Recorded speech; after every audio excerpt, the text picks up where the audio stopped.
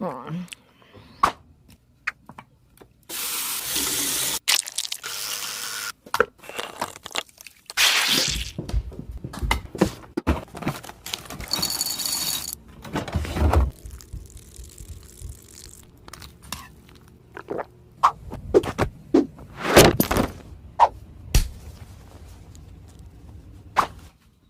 we're gonna be late.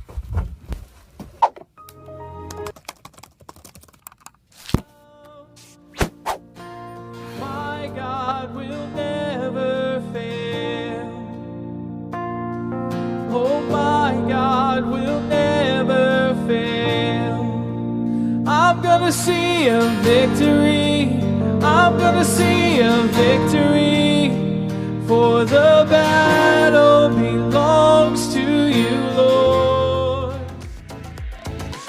Well, good morning, students, and welcome to Floor One. We are so excited that you're hanging out with us this morning, and today we are kicking off a brand new series called Happy Easter. It's hard to believe that today is Palm Sunday, and next Sunday is going to be Easter, and we are so excited to be celebrating this season with you.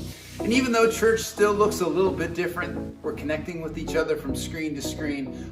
We are still one body and still believing that God is going to do great things in your life at home this Easter season. Well, before we jump into the message, let's spend some time worshiping together.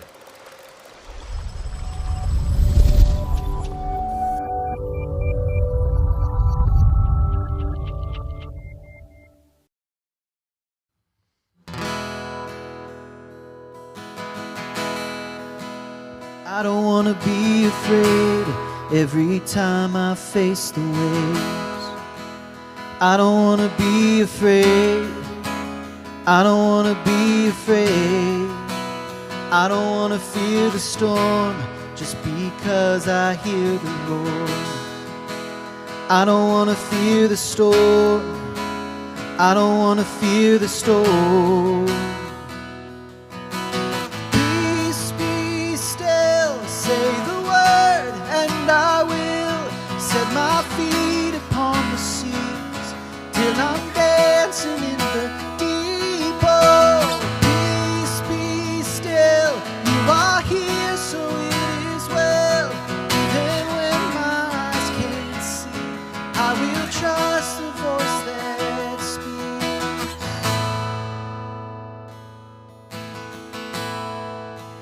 I'm not gonna be afraid, 'cause these waves are only waves. I'm not gonna be afraid. I'm not gonna be afraid. I'm not gonna fear the storm. You are greater than its roar. I'm not gonna fear the storm. No, I'm not gonna fear it. Oh, yeah. Peace be still, say the word and I will set my feet upon the seas till I'm dancing in the deep. Lord, peace be still, you are here, so it is well. Even when my eyes can't see, I will trust the voice that speaks. Peace, Lord, over me.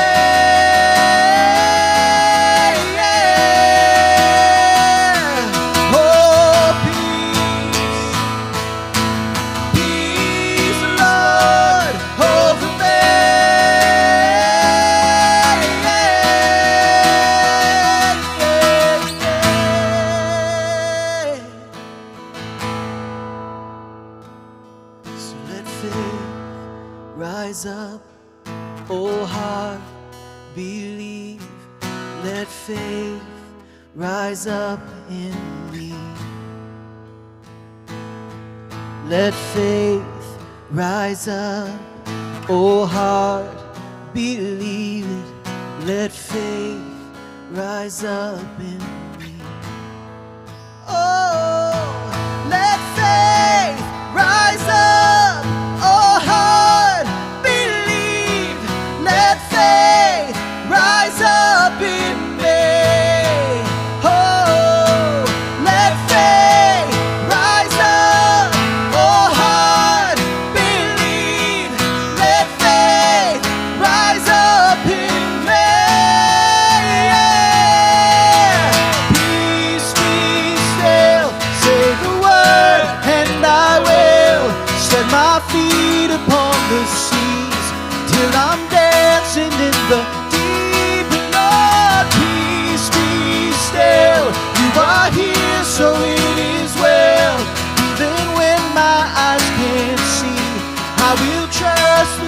that speaks peace, Lord, over me.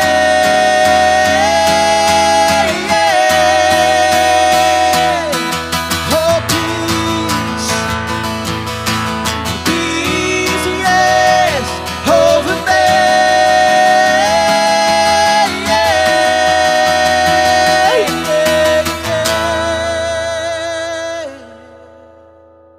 Well, hey everybody, and welcome back to Floor One.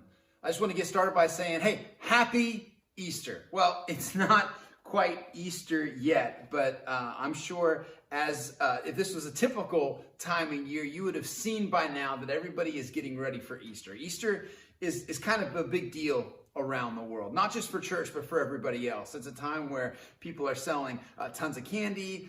There's lots of bright colored clothing that's out there, and there's just these weird photo ops that are happening at your local mall. Easter is a happy time of year. I think that's something that we can all agree with. I mean, think about it. What other time in your life can you just eat an unreal amount of candy? I mean, you really probably only get that during October and maybe a little bit during December. But here in the spring, man, you just get to go crazy on those Reese peanut butter cup eggs. And then also, what other time of the year is it okay for people to wear so much pastel? You get to paint Easter eggs, and then parents are forcing kids to take traumatizing pictures with the Easter bunny at the mall. I mean, that's typically how Easter goes. Obviously, right now, we're in a season where life is looking a little bit different, but it still doesn't change the fact that Easter is a really big deal. And we're kicking off a brand new series today called Happy Easter. And during this series, we're going to talk about not only what we celebrate at Easter, but most importantly, why we celebrate Easter and why, honestly, it makes us so happy. But first, let's talk about that Easter bunny. I don't know about you, but doesn't the idea of a huge bunny seem like a strange tradition for this holiday? I mean, do yourself a favor and Google kids scared of Easter bunny. And I promise you, you are going to get a really good laugh. It's funny when you see the reactions that these kids have. And honestly, it's a little terrifying seeing some of the costumes over the years of people as the Easter bunny. Those pictures are hilarious and they're terrifying at the same time. And even though as a high school student, your family probably under normal circumstances wouldn't make you get dressed up and sit on the lap of a giant bunny, I think we can all relate to what we see in these kids' faces, fear. Being scared is something that's normal for us. Fear can take away our happiness almost faster than anything in our life. I mean, think about being a kid and some of the things that you were scared of that took away your happiness. Maybe for you, it was the typical monster in the closet or the monster under the bed. Maybe for you, fear was breaking or losing your favorite toy. Maybe for you, fear was being in the dark without a flashlight. Or maybe fear was getting hurt and having to miss out on the fun that everybody else had.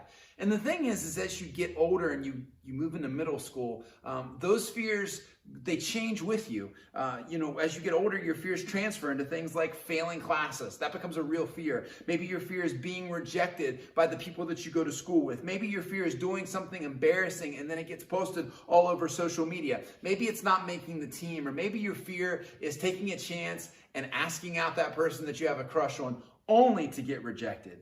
Fear looks different in middle school than it does in high school, but it still has the same effect. It's the fastest thing that takes away our happiness. And then once you become a high school student, you realize that you don't grow out of fear.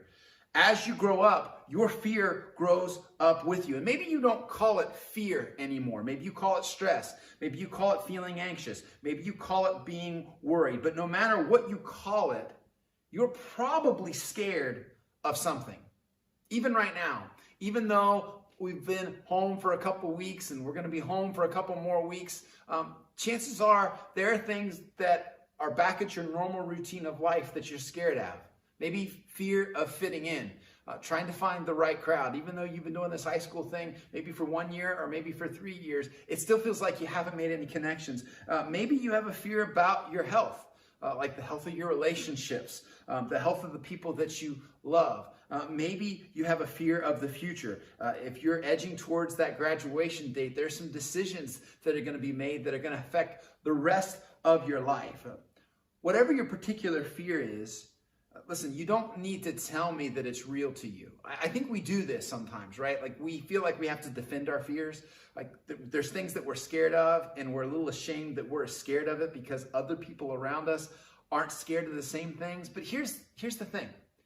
Whatever you're scared of, if it's real to you, it's 100% definitely real. And here's the thing about fear.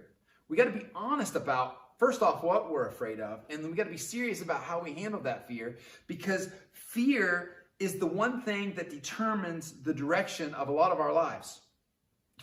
Fear determines the direction of a lot of our lives. I mean, think about the things that fear has controlled in your life. Maybe it's the decisions that you've made. How many decisions do we make that are based on fear? Maybe it's avoiding people in certain circumstances, that maybe there's some relationships that you're not engaging in. Maybe there's some people that you're not pursuing. Maybe there's some areas of your comfort zone you're not stepping out of because of fear. And maybe we just numb ourselves based off of fear. I mean, think about how much time we spend buried in our cell phones, how much time we spend living in the social media world and not the real world. Maybe it's because of fear. The thing about fear is that it is one of the biggest things in our life that fuels our thoughts and it fuels our actions. And I think today, as we talk about fear, we can bring up one fear that connects all our fears together. And that is the fear of death. Now, you may be saying, whoa, hold on a second, Adam. That got dark quick. How did we go from talking about Easter bunnies to talking about death? But here's the thing. It's not just physical death that we're scared of. When we talk about death, death can happen in lots of different areas of our life. Death, really, the simplest definition, is death is the end of something. And so when we take that truth and we apply it to the things that we're scared of, we can see where there is death in some things that we're scared of. Like, for example, maybe we're afraid of really truly being ourselves with the people that we share life with. Because if we could really be honest about who we are and open up with the people around us, they might reject us. And if they rejected us, that may be the death of that relationship. Maybe we're scared of what the future is going to hold. As you're edging closer to that graduation date and you're thinking about what college you want to get into or what career path you want to start, maybe there's a fear of what happens if that doesn't happen. And that could be the death of my dreams. Or maybe for you, it's the fear of maybe getting caught with the things that you're doing right now. Maybe you're at home and you're watching this and listen, you're just not making good decisions. And inside, you know that you are just, maybe one step away from getting caught and getting busted. And if you did get caught, then people would, maybe their opinion of you would change. And this perfect perception that maybe you've been creating might not be there anymore. Here's the thing. The fear of death comes down to losing something that we think we'll never get back. That's why it's so hard to talk about death. And that's why it's hard to talk about death in these areas, because death means that something is gone and there's a good chance that it's never, ever going to come back. And when you think about it like that, it's easy to connect almost all of our fears back to the fear of death, because death seems final, right? I mean, isn't that what we've learned about death our whole lives? That death is the one thing that defeats us once and for all. Like, once something dies, it doesn't come back. And there's just not a lot of hope in that. Definitely not a lot of happiness, but that's exactly where Easter comes in. You see, this Easter season and every Easter season, it's not about scary bunnies at the mall. It's not about picking out on a bunch of chocolate. And it's not about just the overabundance of pastel colors being worn by absolutely everybody. None of that has to do with what Easter truly is. Easter is the time of year that we celebrate the fact that Jesus came to this earth. He lived a perfect life. He died for all of our sins on a brutal cross. And then 3 days later, he walked out of that tomb, defeating death, defeating hell, and defeating sin. Easter changed absolutely everything in our lives. And Easter's one of those things that if we could take time over these next couple weeks and really let it soak in, and maybe during this time as you're at home, spending some extra moments praying, reading, reflecting, thinking about this Easter season. Like, I know it's crazy that, for me, I'm 36 years old, and this is the first time in 36 years that I won't be at church on Easter Sunday. But I thought a lot about this week leading into Easter. And typically, if this is a normal week and life is happening the way it's supposed to happen, it's a busy week here at the church. Like, there's a lot of preparation, a lot of moving, a lot of things happening.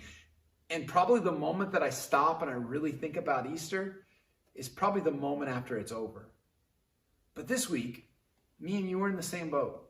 We don't got a whole lot going on. We can't be out making big plans. We can't be busy with everybody else. This week, we get to be alone with our thoughts, and we get to be alone with God.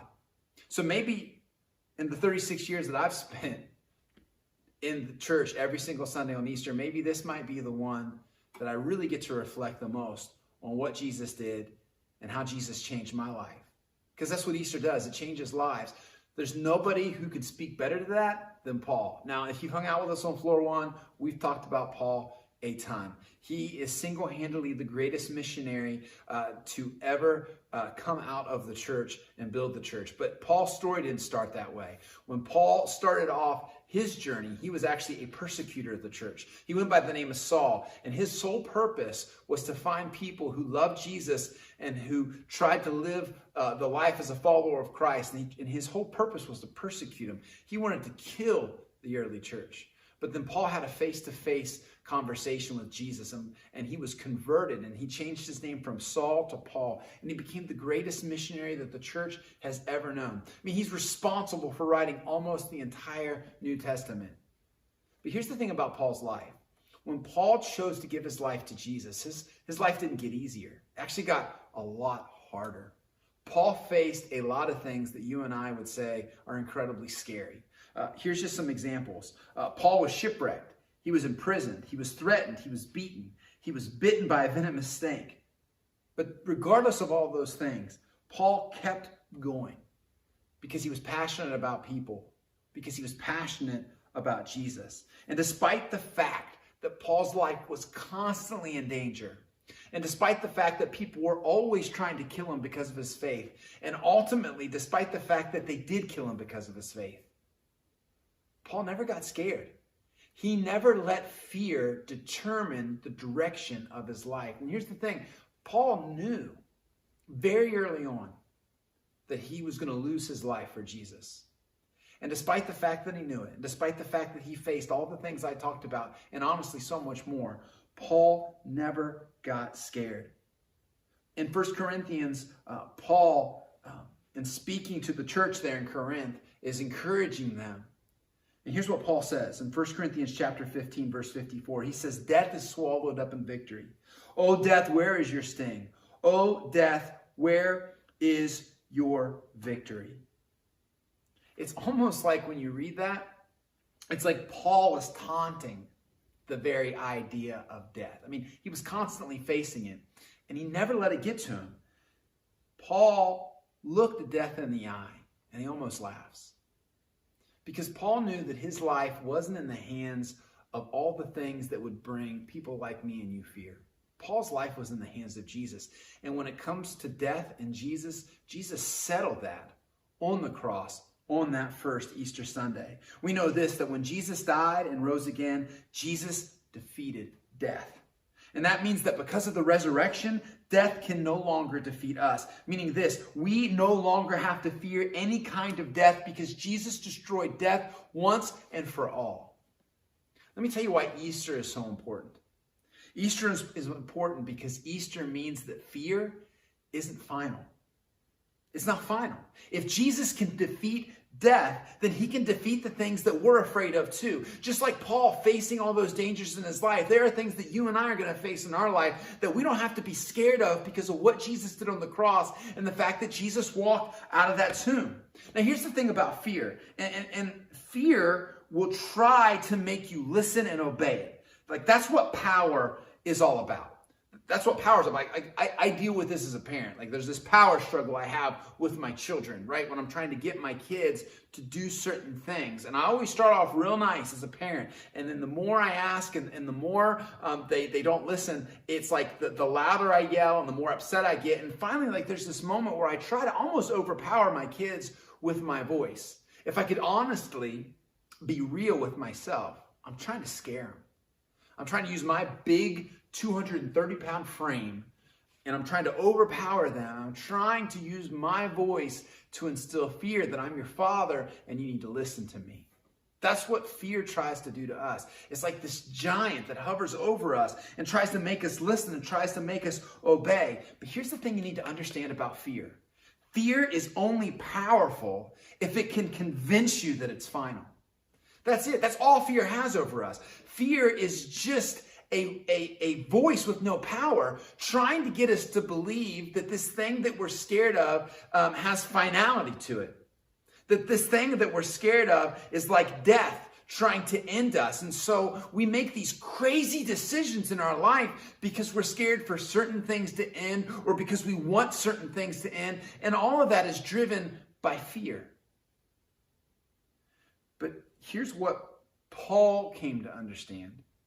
And as he's writing to the church in Corinth, he's also writing to the church, he's also writing to us, saying that death, where is your victory? Death, where is your sting? Death has been defeated. It was defeated by Jesus. And because Jesus defeated death, and because Jesus defeated sin, we know this, that nothing we fear is bigger than Jesus. Nothing we fear is bigger than Jesus. Whether it's the small things that you're scared of right now as a high school student, or it's the big things that you're scared of right now. Listen, if you're scared of it, it's a big deal to you, and it's a big deal to Jesus, but I'm telling you, it's not bigger than Jesus. Because nothing we fear is bigger than Jesus. Nothing we fear is stronger than Jesus. And no matter what we're afraid of, fear doesn't get the final say. It doesn't. Fear has already been defeated that day that Jesus walked out of the tomb and beat death, sin, and hell.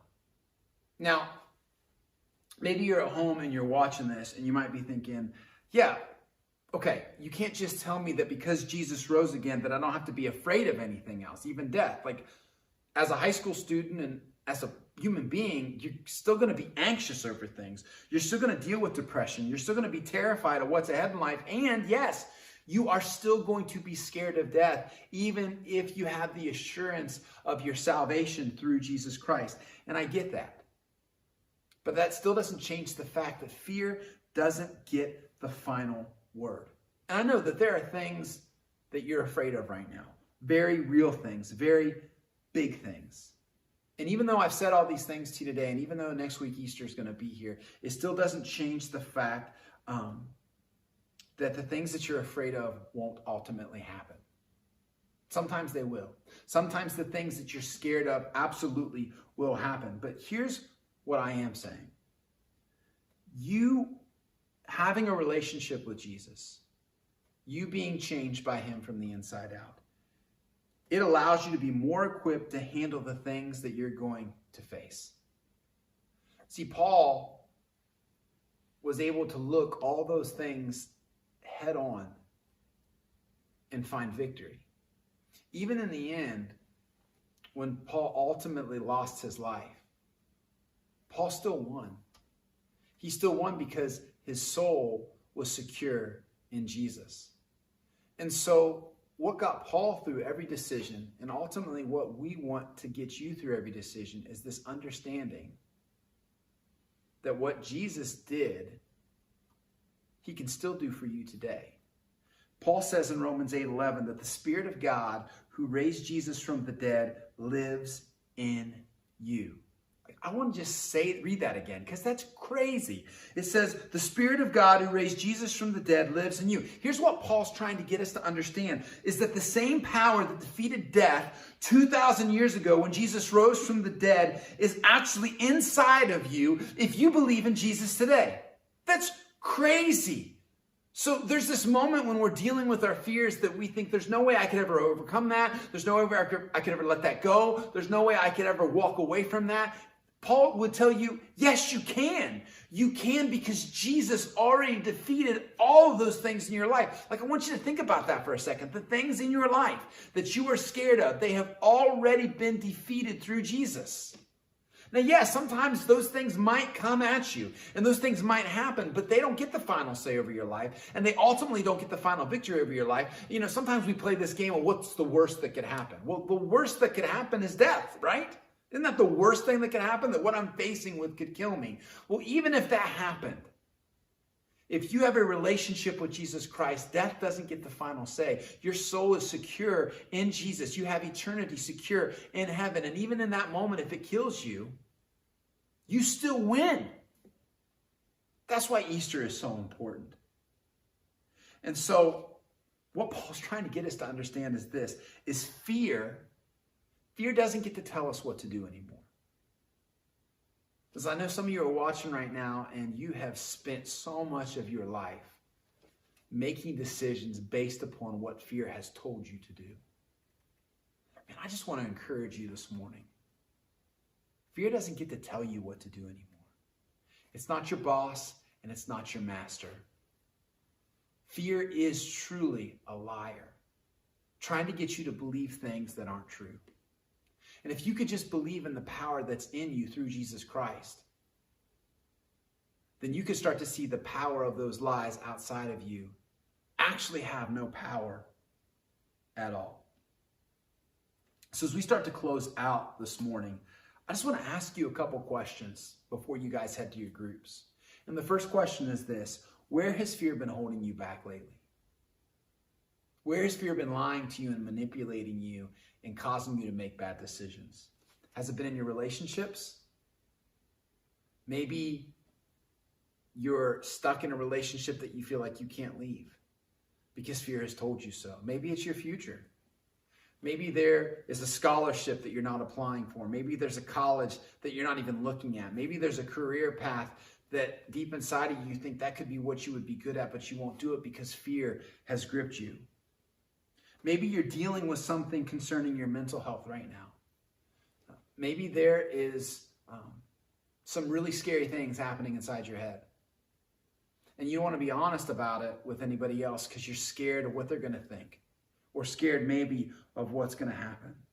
Maybe for you, you're scared of actually exploring your faith in Jesus. Maybe you're scared of taking this thing really serious. What happens if Jesus becomes your everything? What's that going to look like for the rest of your life? What fears are holding you back today? And then the second question I want to ask you is this, is what steps should you take to prove that fear doesn't have power over you? That's how we're going to win this battle.